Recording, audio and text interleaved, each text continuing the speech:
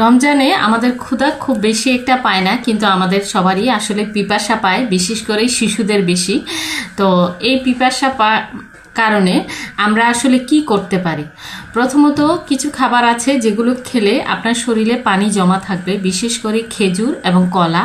খেজুর ও কলাতে থাকে প্রচুর পরিমাণে পটাশিয়াম, যেটা আপনার শরীরে পানি ধরে রাখতে সাহায্য করে।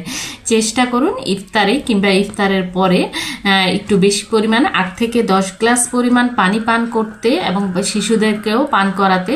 পাশাপাশি কলা এবং খেজুর এবং টক দই, এই 3টা খাবার যদি খাওয়াতে পারেন তাহলে আপনার শরীরে পানিটা স্টোর হয়ে থাকবে এবং সারাদিন আপনার খুব বেশি একটা পিপাসা পাবে না।